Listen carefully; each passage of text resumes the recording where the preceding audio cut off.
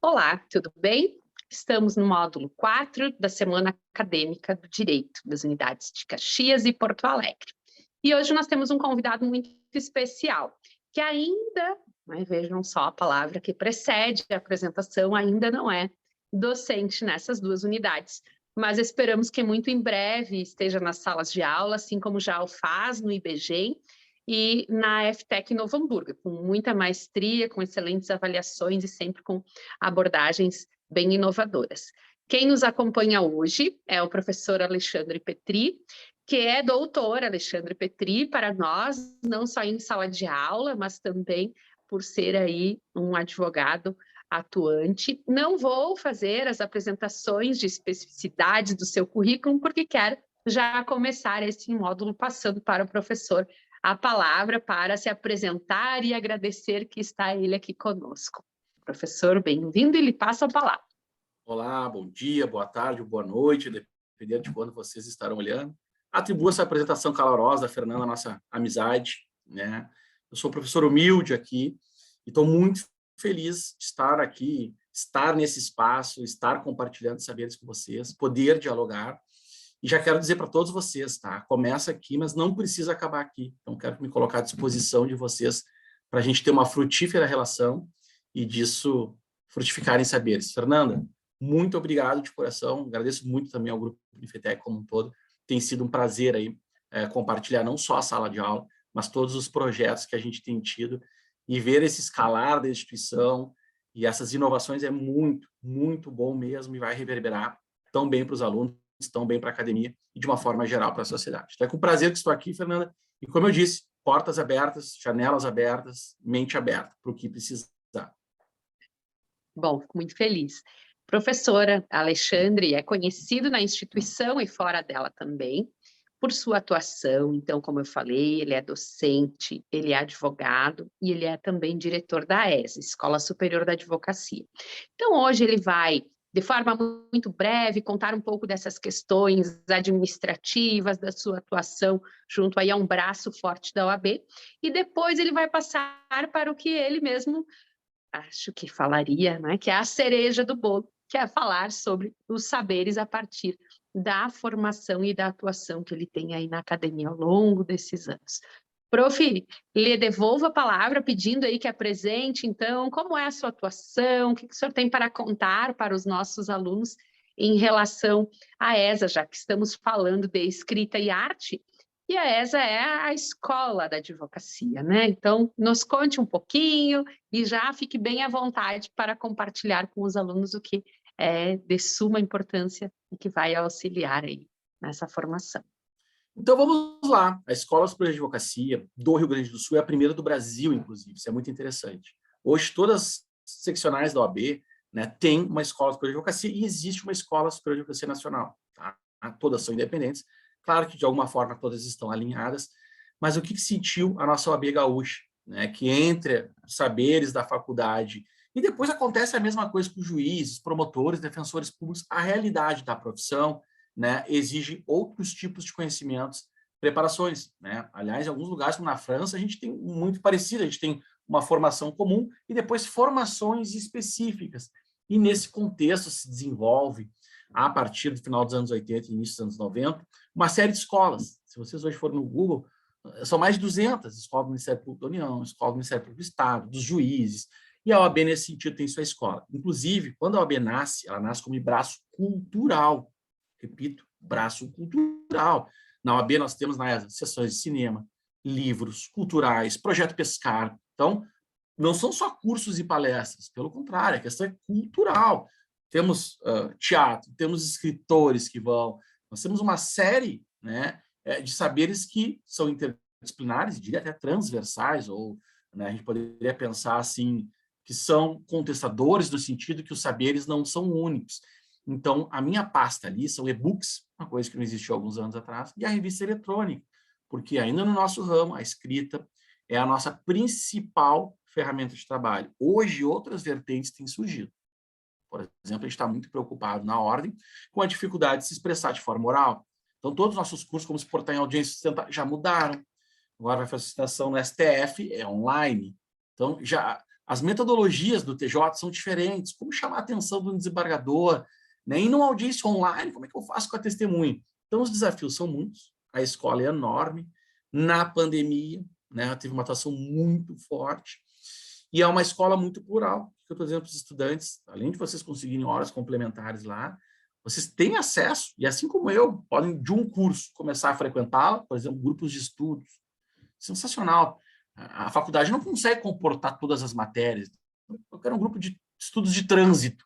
Pô, não tive direito de trânsito na faculdade, de esporte, de propriedade intelectual. Não, mas aqui tem na faculdade. São várias disciplinas que estão ali sendo estudadas pela ordem. Então, é um órgão muito plural, a Escola Superior de Advocacia. Ela não substitui a faculdade.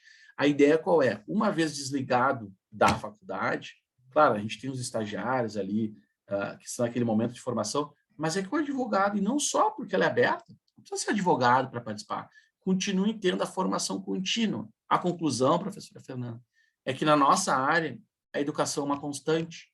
Né? Ter cabelos brancos no direito não é algo negativo, como em algumas outras áreas. Envelhecer não é um grande problema. Porém, eu vou dizer, há 3 anos atrás, 2019 para 22, mudou muito. As pessoas tinham escritórios e tinham preocupações com grandes arquivos e tinham bibliotecários. E, de repente, até o escritório hoje já se pensa, será que é necessário ter escritório? Então, eu, como vários advogados, tenho que ter um escritório em frente ao foro, ao lado do TJ, tem que ter uma conta no Banrisul, porque o banco... De repente, já não tem mais audiência presencial, não tem mais processo físico, as transferências são muito rápidas. Então, o direito está mudando muito, a gente tem que inovar. Hoje, o principal desafio, professora Fernanda, de um recurso especial extraordinário, não é mais botar em causa o direito a ser discutido. Alguém vai dizer, como assim, professor? É driblar a inteligência artificial já utilizada.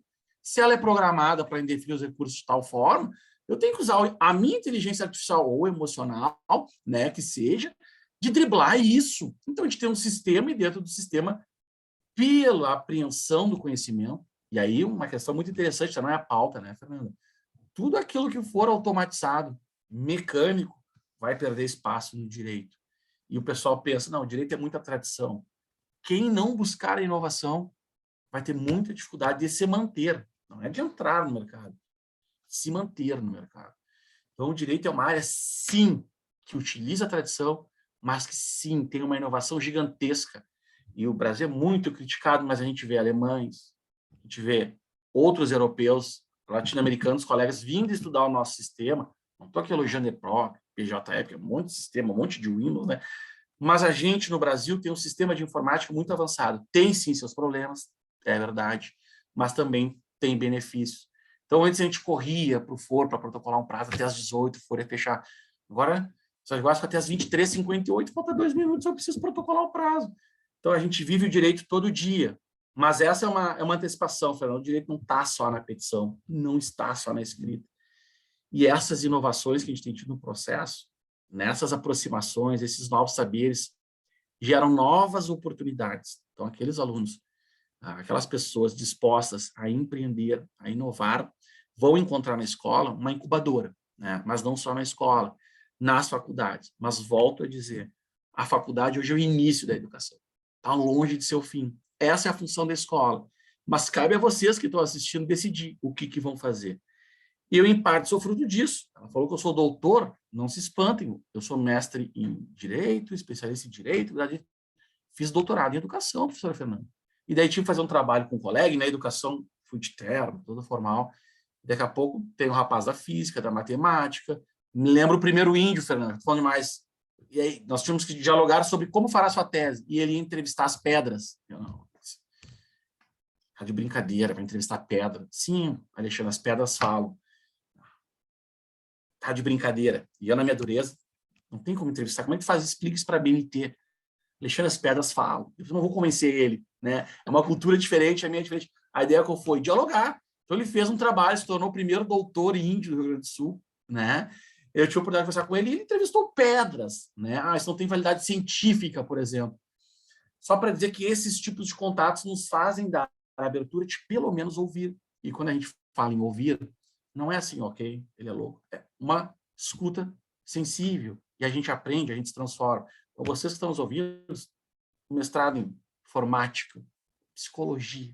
Você tem ideia da importância que tem, sociologia, administração, medicina. Então, assim, a gente pode fazer uma formação muito interdisciplinar. E a partir disso são muitas formas. Meu trabalho, Fernando, vai ser uma app, vai ser uma peça de teatro, vai ser uma música. Enfim, são muitas possibilidades. A gente está engatinhando, mas é aqui, nessa troca de diálogos, Fernando, que as ideias surgem, né? O mais difícil não é a se dedicar a algo, e sim ter aquela ideia, ter a pergunta certa a responder, porque a gente tem procurado muitas respostas nessa era de afirmações. Estão faltando as perguntas. Quais são as perguntas certas a responder? E com isso faço minha breve introdução. Então, está aqui alguém que se dedica à educação, que é doutor em educação, mas que tem os pés e o olhar lá para o direito, né? Para que serve o direito? Para quem e como? São perguntas interessantes. Para que serve o direito? Para quem e como? O que te parece, Fernando? Para que serve o nosso direito? Te ouvindo, o que de imediato me vem à mente é que é sempre uma inquietude, em especial para os alunos que chegam no curso de Direito, encontrar a resposta certa. E, para mim, ao menos, não sei, para ti deve ser igual pela forma que tu és também, me inquieta o contrário, né? Retirar deles a busca pela resposta certa e fomentar a busca pelas possíveis respostas. E esses saberes, né, o caminhar, construir diferente do simplesmente escrever algo, é isso. E aí, já começando a te provocar para respostas da nossa pauta aqui, né? Legal que já vem um spoiler para agosto, não podemos falar mais, mas já ficou um spoiler aí a fala do professor para o mês de agosto, para as novidades de agosto.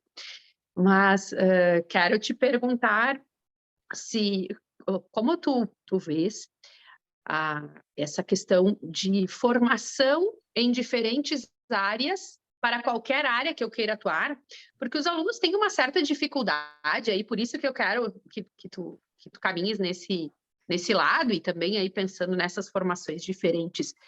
Se eu vou trabalhar com direito de família, eu não preciso saber outras áreas, né? Fica aquela falsa menção de que apenas quem irá para o digital, quem irá para o tributário, para dizer qualquer área, é que tem o dever de dialogar com diferentes saberes e com diferentes formas de construir a educação.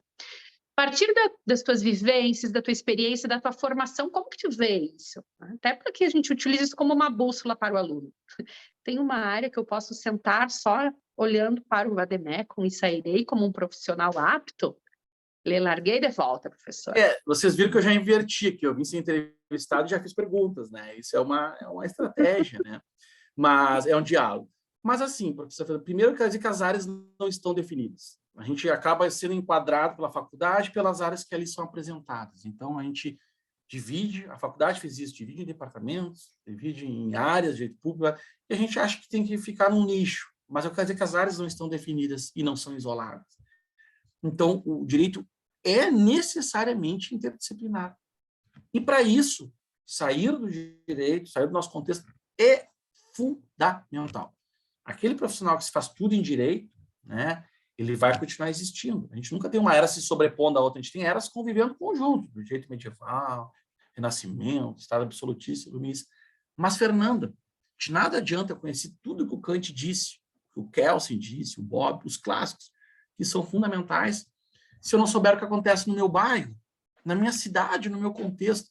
E quando os alunos perguntam, eu não sei fazer TCC, eu não tenho ideias, eu não sei quais são o problema, eu digo, abra a porta, olhe para a rua, olhe ali para a quadra, para a calçada. Será que a calçada não é um problema? A árvore que está ali, o trânsito que está ali. E às vezes a gente está tão acostumado com a situação que a gente não consegue ver os problemas. Então a gente não consegue pensar no direito fora, ou na justiça, porque a gente pensa muito no direito, né? Ou na justiça, fora do nosso contexto, porque a gente tem dificuldade de ver. Então, por exemplo, posso falar sobre direito ao nome.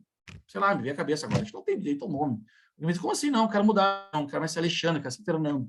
Eu não consigo. Olha que coisa básica. Por exemplo, me veio na cabeça assim, uma ideia absurda agora. Não tenho direito ao meu nome, eu não posso tocar, eu odeio meu nome, você não pode. Então, a gente começa a se dar conta, assim, disso, através de um olhar interdisciplinar. Então, nós estamos... Tem uma habilidade que falta nisso, e talvez eu quero dizer, é desaprender. Quando a Fernanda falou, preciso tirar essa ideia, a gente tem que estar disposto a desaprender e reaprender. E isso é um ciclo contínuo. Eu estou sempre voltando. Não, eu estou sempre evoluindo. Porque a gente tem bases que nem sempre são, não digo as corretas, mas as melhores, e sobre ela continua construindo. E a coisa não fica bem construída. Então, eu vejo muitas oportunidades, primeiro, para formações conjuntas. E se o aluno puder, alguém vai dizer, mas está pedindo demais, sair do Brasil, ou sair da sua faculdade, fazer projetos de extensões ou intercâmbios, melhor ainda. Quando eu saí do Brasil, então a gente pode explorar isso em alguns minutos, para estudar no Centro de Estudos Sociais, lá em Coimbra, eu começo a olhar de fora, e não é um olhar colonizador, mas olhar de fora, olhar que os outros têm para o Brasil, e me dou conta de muita coisa. Então, assim, sair do nosso ambiente escolar, sair da nossa rotina, se desafiar, aprender. Então, hoje, se eu pudesse começar, eu faria muitos passos diferentes, né? Eu teria uma formação ainda mais interdisciplinar. Hoje ninguém pensa, mas informática é sensacional. Construir apps, né? A gente ainda pensa o direito muito no processo. E eu quero dizer para todos vocês, né, é que o papel está mudando muito. Né? Talvez os futuros profissionais sequer entrem num foro trabalhar para startups. Hoje nós temos escritórios focados em startups. Que área é essa? Direito à startup? Né? O que eu quero dizer para vocês, nada nos impede de seguir o tradicional, mas o mundo mudou muito. E se a gente quer responder aos novos desafios com as velhas respostas, nós vamos ter os velhos problemas. Então, eu desafio os alunos e a todos vocês a pensar no novo, porque o velho a gente já tem. E o século passado, o retorno que a gente teve não foi tão bom. Então, o mundo traz novos desafios. E o direito é um campo enorme que interage em todas as áreas. Então, eu vou discutir a responsabilidade do médico, do arquiteto. Eu tenho que pensar em inovações legislativas, né? Assim, essa interação com a política é muito importante. A gente entra muito no direito a fazer justiça, mas é difícil, né? A justiça através da política, a gente faz o direito. Pensar a justiça é algo muito interessante. Então, eu pergunto aos alunos, como é que a gente pode melhorar o mundo, com isso fazer algo que a gente gosta e ainda ter o retorno financeiro, que a gente não pode se esquecer. O mundo está cheio de ideias, mas a gente tem que sobreviver, né? E mais do mesmo, os espaços estão ocupados. Então, por exemplo, direito de família, Fernando, o professor não tem capacidade, fala aqui abertamente, de fazer. Eu tenho uma dificuldade de lidar com aquelas questões psicológicas, aquela guerra, né, entre o que está posto e o que realmente se quer. Então, assim, é muito também do nosso perfil. Né? Eu quero ser advogado, mas odeio falar com pessoas. Bom, complicado, né? Na área de tributário, tudo. Mas o que eu quero dizer é o seguinte, são muitas as possibilidades. Por exemplo, lá no Centro de Estudos Sociais, tinha um projeto chamado Repensando o Direito. E se pensava o direito através de rap. Daqui a pouco o pessoal de lá começou a ganhar prêmios internacionais, tudo, e fazendo a crítica, né, e fazendo artigos que eram letras de rap. Quando eu vi o pessoal fazendo sobre grafite, por exemplo, lá no México, em 1917, 18, na Constituição Mexicana, tem um projeto lá chamado Muralismo, para fazer arte na rua. Hoje eu vejo os prédios com grafites enormes, né, e vejo que possibilidade de expressão, brasileiros ganhando mundo e muito dinheiro com isso. Então, o direito está em tudo. Não está só na escrita, está como na arte, está na criação, está na imagem, está no simbolismo. Por exemplo, as coisas têm sexo, ou direito, ou juiz, a gente fala, né? Ou a justiça. A gente não se para pensar nisso. Então, são muitas possibilidades, Fernando. Ficar no direito é uma opção, né? Não se critica ela, mas as possibilidades de ganho com formações interdisciplinares são gigantescas. E o direito tem que estar aberto a isso. O direito é muito fechado. Sejam pessoas abertas, daí vocês têm chances de abrir mais portas. Prof, vou te tutear, né? Tu falaste aí lá de Coimbra, então explica um pouquinho para os alunos. Como assim, ali em Coimbra, gente? Ele foi fazer um doutorado ali em Coimbra, explica um pouquinho melhor. E esse projeto de saberes, onde é que era? Era feito como, sabe? Só para a gente conseguir vincular para que os alunos entendam a importância, inclusive acadêmica, que é dado em alguns lugares para essas formas de construção do direito. É muito interessante porque Coimbra é os extremos. Talvez tenha a faculdade de Direito mais tradicional do mundo português, né, que é a Faculdade de Direito Coimbra, e ao lado o Centro de Estudos Sociais, que é talvez um dos centros mais inovadores que existe também com juristas. Lá eu fiquei com o professor Boaventura de Souza Santos estudando, e o meu doutorado era sobre educação jurídica. Mas, indo no direito, o próprio pessoal do direito achou melhor eu fazer na educação esse doutorado, né? Para ter um olhar pedagógico. Bom, basicamente, ao chegar em Coimbra, que é a faculdade de direito que mais influenciou o Brasil, até os anos 1900 era a única faculdade de direito portuguesa, e se a gente olhar o nosso congresso, a nossa constituinte, na época da independência, antes, praticamente todos eram formados em Coimbra. Claro que a gente na França, Inglaterra, mas as barreiras culturais, basicamente, era Coimbra. Assim como os portugueses, só se formavam em Coimbra. Então, todo o conhecimento de Portugal vinha de Coimbra. Tinha, inclusive, uma cadeira de direito colonial, né, para aprender a administrar as colônias. Então, quando tu vai para Coimbra, olha o currículo, vê que ele é muito parecido com o de séculos atrás. E olha o currículo de Coimbra, só olhar para o currículo, e pega uma USP, e vê que o currículo é 90% igual, é algo apavorante. Do tipo, a gente fazia isso, uma faculdade desde 1290, claro, não dá para pensar em 1200, 1300, 400, 500, nem tinha Brasil, com o olhar de hoje, mas é uma faculdade que existe há 800 anos, praticamente, né? E quando a gente vê que ela faz algo muito parecido e que todas as faculdades do Brasil fazem isso, é apavorante. Tu vai na Amazônia e tu vai no Pampa Gaúcho, e olha, os currículos são quase idênticos. Ao passo que os alunos do Pampa Gaúcho praticamente não foram na Amazônia, os da Amazônia não foram. Então, alunos, eu pergunto para vocês, já estudaram a Constituição do Rio Grande do Sul? Eu duvido. Alguém vai dizer, isso tem quase um concurso. Eu duvido. Nenhum aluno estuda a Constituição do seu estado, por exemplo. Então, eu trago isso. A gente tem um país gigantesco, que se diz união, mas assim, na prática, olhando para o direito, é pouca união, né?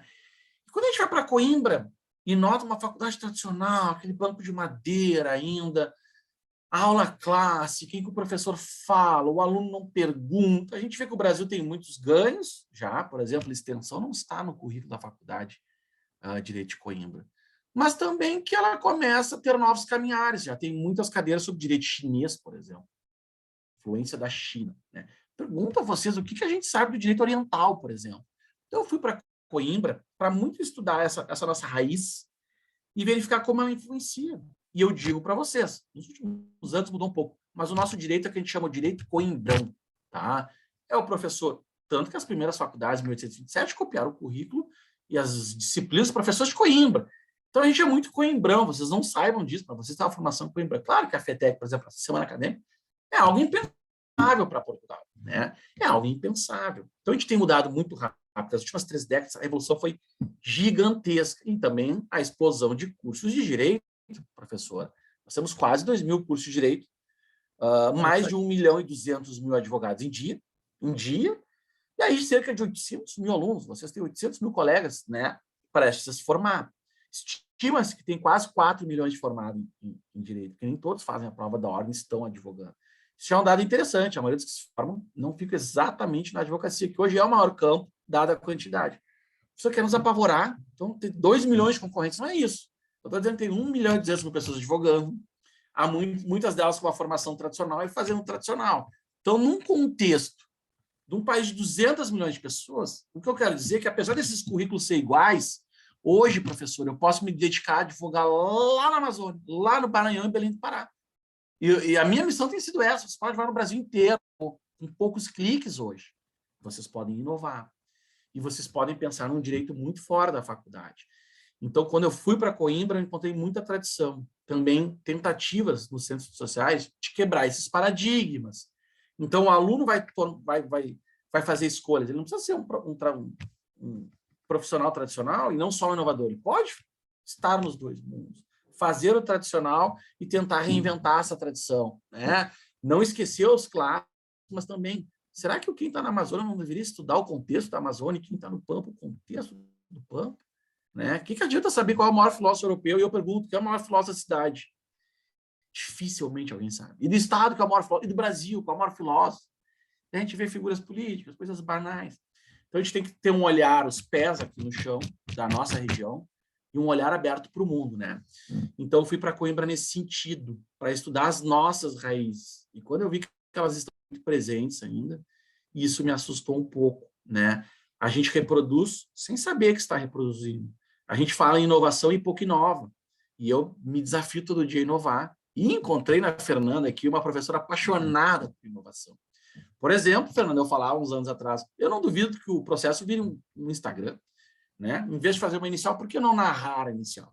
E um juiz, em vez de dar uma sentença escrita, alguém vai dizer, mas por que não falar, olha, eu julgo o procedente assim, assado, por causa disso, daquilo, olhando para a pessoa, será que não está nesse direito mais humano?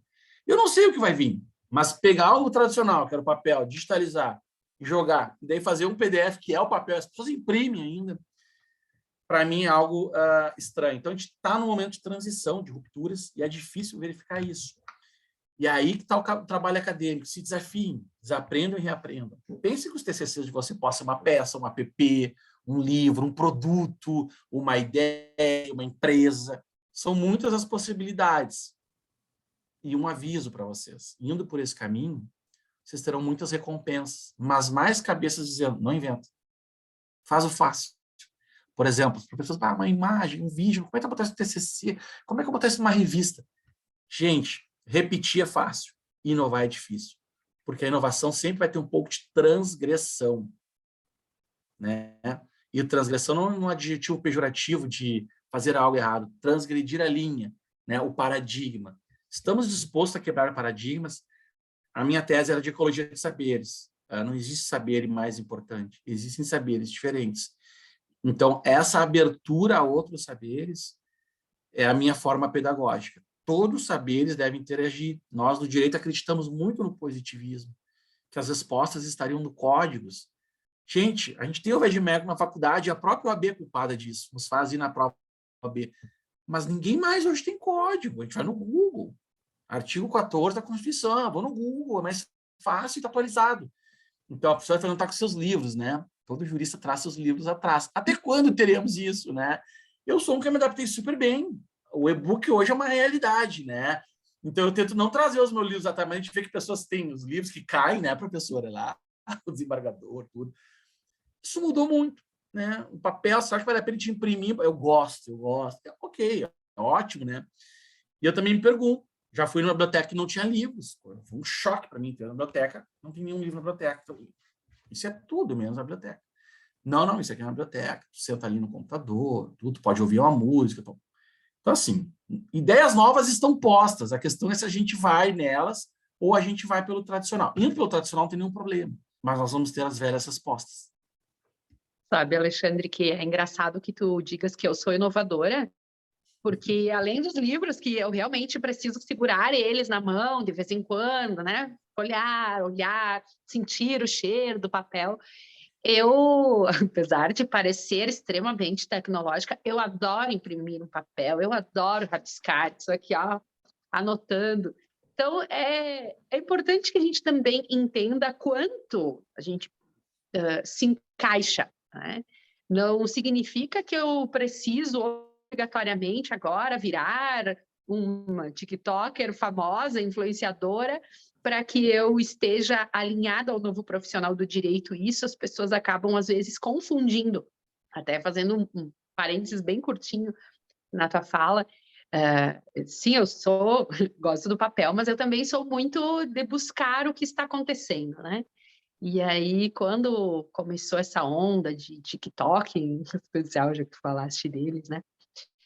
Eu fui olhar quem eram as pessoas de referência e o que isso caberia para mim. E aí cheguei à conclusão de que eu realmente não vou ser uma TikToker famosa, porque eu não tenho o propósito que é aquele que entregavam as páginas relacionadas a direito e que tinham uma grande adesão. E por que eu falo isso e que tem tudo a ver com o que tu estás narrando aí? Que a gente também, para dizer que não, tem que conhecer. Que esse é o ponto que poucos fazem, né? A gente tem aí uma parte dos dedicados ao direito que gostam, que estão abertos e que vão e conhecem, e outra parte que diz, não, eu não preciso disso. Só que, inclusive, quem quer ficar no eu não preciso disso, tem que conhecer. Para saber se realmente não precisa, né? E, prof, a gente tem que cuidar muito com isso. Quando a gente vai para um novo campo, a gente abre a porta, e tu tem uma casa, um campo, que tá tudo dito e feito, e tu conhece, é muito seguro. E tu começa a pisar, e a gente vai aprendendo no erro. Então, a primeira questão, errar faz parte do processo. Isso em pedagogia é muito importante. Errar faz parte do processo. E a gente é muito punido pelo erro. A gente, para acertar, tem que errar algumas vezes. E, por exemplo, as inovações eu adoro e me jogo nelas. E daí uma aluna me questionou, pô, professor, tu dá PowerPoint, tu dá vídeo ótimo, mas assim, não tem escrita, a gente faz a prova, eu preciso da escrita. Poxa, mas será que a escrita é importante? Uma das grandes dificuldades de fazer a prova da OAB é a letra. A gente não escreve mais. Eu mesmo, quando vou escrever, às vezes não reconheço minha letra. A gente vai perder a habilidade. E eu não tenho dado agora exato científico, mas foi ainda em 2019, uma pesquisa de Harvard, reaconselhando que os alunos anotassem, que a escrita fosse estimulada. Porque a escrita é uma boa fonte de memorização. Ah, mas a gente não deve memorar, fazer memória. Sim, é importante a memória. Então, por exemplo, a escrita é muito importante. E né? Cuidado, né? Nos novos dogmas, a gente abandona o novo e vai para abandona o velho e vai para o novo, que talvez não seja tão melhor. Então, a gente tem que cuidar muito com isso, porque o novo não é a negação do velho, né? A gente não tem necessariamente um choque, a gente tem realidades diferentes, mas volto a dizer, a gente não tem que pensar num mundo sempre dialético, do sentido, é esse ou aquele, a ambiguidade. Eles convivem, e um pode ajudar o outro. Então, a gente tem que trabalhar no sentido de, como eu faço daí, não é de ecologia de saberes, não é ecologia no sentido de natureza, mas ecologia no sentido de intersecção, de interação, né, de algo que circula, que se move. Porque, volto a dizer, quando ela falou da escrita, eu assim, fiquei, de fato, será que é verdade? E fui descobrir, professora Fernanda, que uma das melhores formas de aprender é ensinando. Então, por exemplo, um aluno quer aprender para o concurso, tudo, tem lá as formas de apreensão da disciplina. Até está errado aprender a matéria, mas assim, no sentido de qual é a forma que ele mais obtém resultado. Se ele ensinar aquilo que ele está estudando, se ele pegar aquele capítulo e tentar dar uma aula, a chance dele não esquecer aquilo e realmente a ter aquele conhecimento impregnado, né, no seu ser é muito maior. Então, a gente está numa profissão que é muito apaixonante, porque a gente aprende, vai reaprendendo e vai se refinando e vai melhorando. Então, assim, Fernanda, nunca no sentido de negar a tradição, negar o passado. A escrita é algo fundamental, uma habilidade que eu estou perdendo. Quando eu vejo meus filhos fazendo a caligrafia, eu fico pensando que eu tinha que voltar a fazer. Né? Eu só escrevo em computador hoje. Eu já cheguei num ponto que eu não estou mais digitando. Eu narro lá no Word, tu liga lá no microfone, ele vai preenchendo. Então, fico conversando com o Word, fico ali, Alexa, toca música tal, Alexa, daqui a pouco a gente está cheio de tecnologia, os vizinhos perceberam, ele é louco ali, o escritório, ele está falando com um monte de gente, está sozinho, falando com o computador, conversando com a Alexa, né? Parece super tecnológico, como dizia o Bauman, né? A gente é, assim, um solitário numa multidão, que parece que a gente está interagindo com o mundo, às vezes está ali, falando com a Alexa e com o computador. Então, o novo não é a negação do velho. Tenham isso em mente. A inovação não é a negação da tradição. O direito vai continuar com suas tradições, com seus dogmas. Mas a questão é, nós vamos repetir e ter as mesmas respostas ou inovar? Não há problema em repetir. Mas ao inovar, né, ao ser o primeiro ou um dos primeiros a entrar naquela área, a gente tem grandes chances de se destacar. Depois que todo mundo já foi, é muito mais difícil, né, fazer o tal do feijão com arroz. Fazer um prato diferente, que arranca aquele sorriso, e tu ganhar aquela atuação, aquele suspiro, honorários, ou passar num concurso, isso não tem preço, Fernando. Então, assim, eu sempre vou nos clássicos. Os clássicos estão no faltando, porque os clássicos nos ajudam a inovar, professora Fernanda. Então, calma. O youtuber não é tudo, né? Pelo contrário, eu olho o YouTube também, assim, fico, olha, o que a gente vê de falsos gurus no YouTube, gente, é inacreditável. A gente tem que tentar simplificar, mas não respostas simplistas. O mundo é complexo e as respostas vão ser complexas. Então, é fazer o simples, mas não ser simplista. A gente tem que ser objetivo, simples, mas não são questões simplistas, são questões complexas. Eu também não vou ser youtuber, Fernando. Ufa! E até porque se a gente busca as formas de aprender, todo mundo tem uma habilidade que ajuda mais no aprender, né? Então, pode ser pela visão, por reproduzir ou por escutar. Quando eu ensino alguém, eu executo as 3 formas. Aí, certamente, a minha melhor vai ser atendida, que é um exercício que as pessoas acabam não tendo. Por vezes, memoriza a reprodução. E por isso que o escrever é tão importante. Prof, já vamos nos encaminhando aí para a nossa fase final. Só queria também compartilhar contigo que em uma dessas andanças pelo Conselho Federal da OAB, né, o Conselho da Educação, Lá em Brasília, eu conheci um professor que é coordenador, ele até hoje é coordenador, de um curso de Direito do Acre. E aí ele estava lá para defender o curso. Mesmo dia que eu fui para defender o curso de Direito de Caxias, que a gente tem, né, que fazer uma sustentação oral para validar que seja autorizado.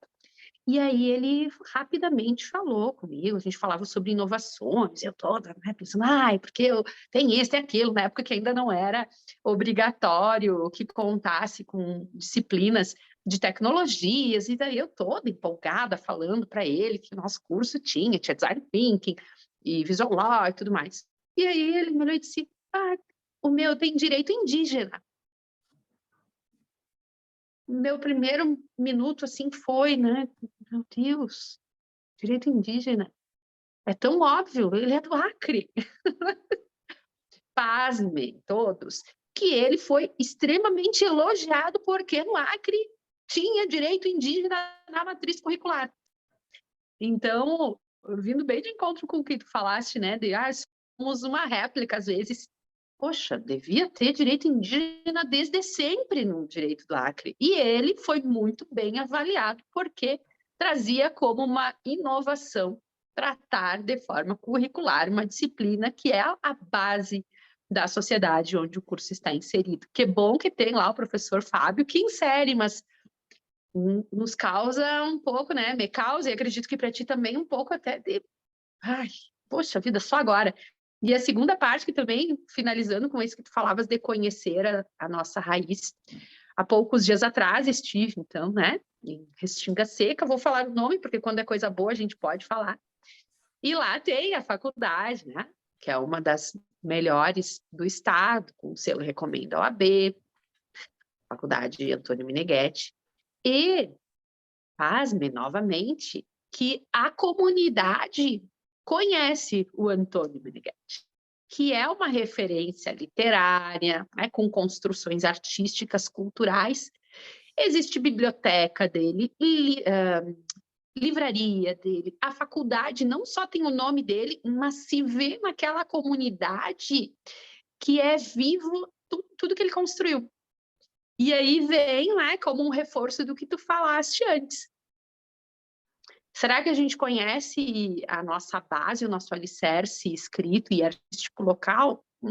Não sei.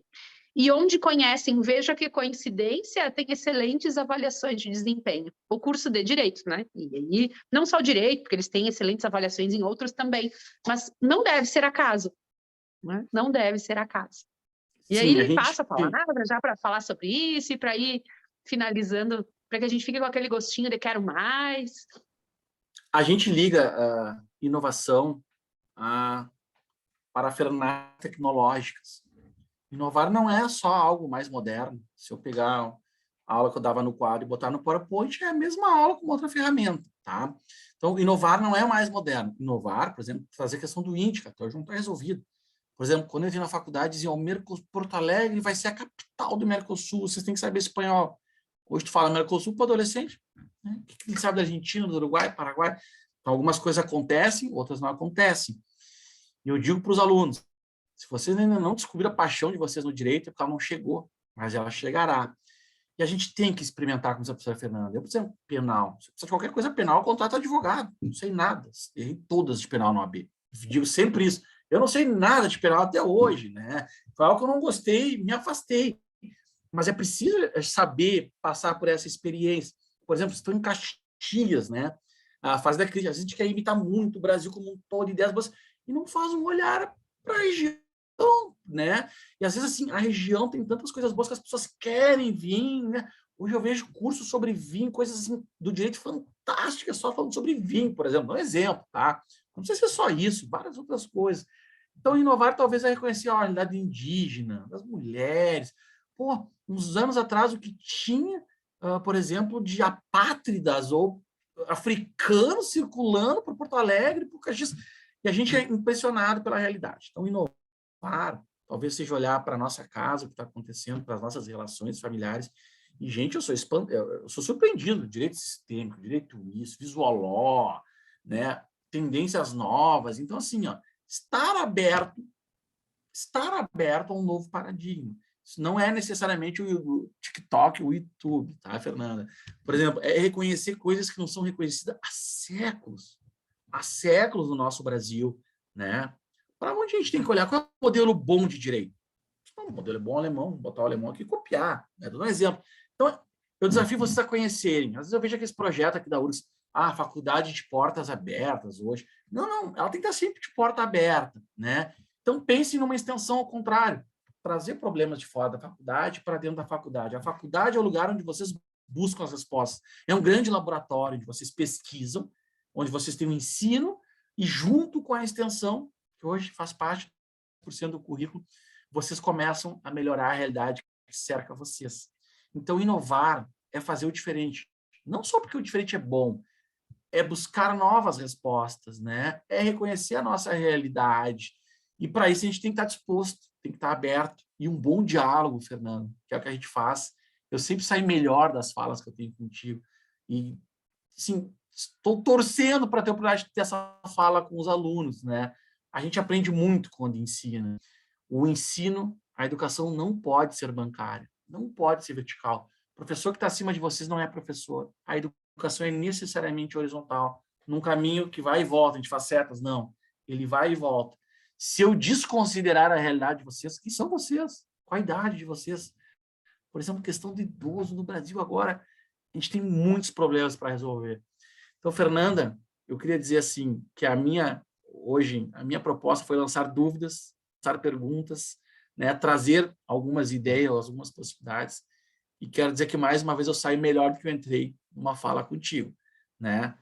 Vamos achar espaço para inovar ainda mais esse curso, que tu muito bem conduz, né? E sim, tu é uma pessoa inovadora, porque tu explora bem o teu talento, e o teu talento é aproximar pessoas, e a todos os alunos aprendam. Ela é uma grande estimuladora de talentos, tem uma capacidade de reconhecer os talentos e explorá-los, né?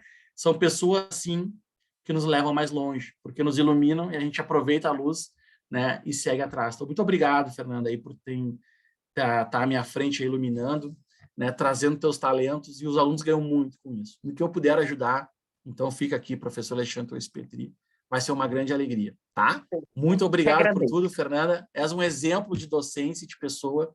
Te admiro pelo que fez, pelo que faz e pelo que irá fazer, tá? Tenho certeza que irá muito longe ainda. E se de alguma forma eu contribuir nessa caminhada, já vou ter um projeto aí muito bem executado. Muito obrigado, Fernando. Professor Alexandre, sempre muito gentil. Muito obrigada, mas pode ter certeza que eu que aprendo e os alunos também, e aí os alunos, com tudo que ouviram, certamente estarão como eu aqui, né? Com a cabeça já com 1000 ideias surgindo. O importante, a proposta dessa semana é inquietar, né? Até mesmo a questão da sincronicidade, ela não é por acaso. Ela é pensada para que o aluno possa ver, rever, escutar em um momento que ele, de fato, esteja disposto a uma escuta ativa, né? Reconstruir, incomodar aquelas nossas convicções. Às vezes, se eu escuto na hora que está ali, ao vivo, não é o meu melhor momento, né? Ou eu simplesmente cumpro protocolos. E quando a gente fala em educação de qualidade, não é cumprir protocolos, é atuar com excelência dentro daquilo que se tem disponível. Prof, muitíssimo obrigada. Fico muito feliz. Já dando mais um spoiler para os alunos, professor Alexandre, se tudo der certo, Deus quiser, e não só Deus, não, mas a agenda do professor vai nos auxiliar bastante aí no projeto integrador, específico do curso de Direito, em breve também na unidade FTEC Zona Norte, e em agosto aqui em Caxias fará uma aparição bem interessante, falando mais ainda dessas questões inovadoras na advocacia. Prof, muitíssimo obrigada por compartilhar as tuas experiências, por trazer um olhar tão ímpar, não é? Um olhar ímpar. E, mais uma vez, quero registrar meu respeito, minha admiração, e sou sua fã, declarada já publicamente, todo mundo sabe, então posso por aqui também fazer o registro da pessoa e profissional que tu és. Obrigado, professor Fernando. Só fico emocionado até. E espero que seja só o início aí dessa troca de saberes com vocês e com os alunos, porque a gente está aqui pelos alunos, né? E com os alunos. Então, vocês é que são a nossa razão de ser, né? Para ter o docente, tem que ter também um aluno. E espero que vocês nos superem, né? Porque o professor é aquele que sabe antes, não sabe mais, é aquele que sabe antes. E o nosso desejo é que vocês saibam mais, né? E acabem sabendo mais além do que nós. A gente está aqui para mostrar as portas, né? E que vocês possam passar essas portas aí e superarem seus mestres, que acabam virando alunos e amigos, né? Estou aqui entre amigos. Fernanda, muito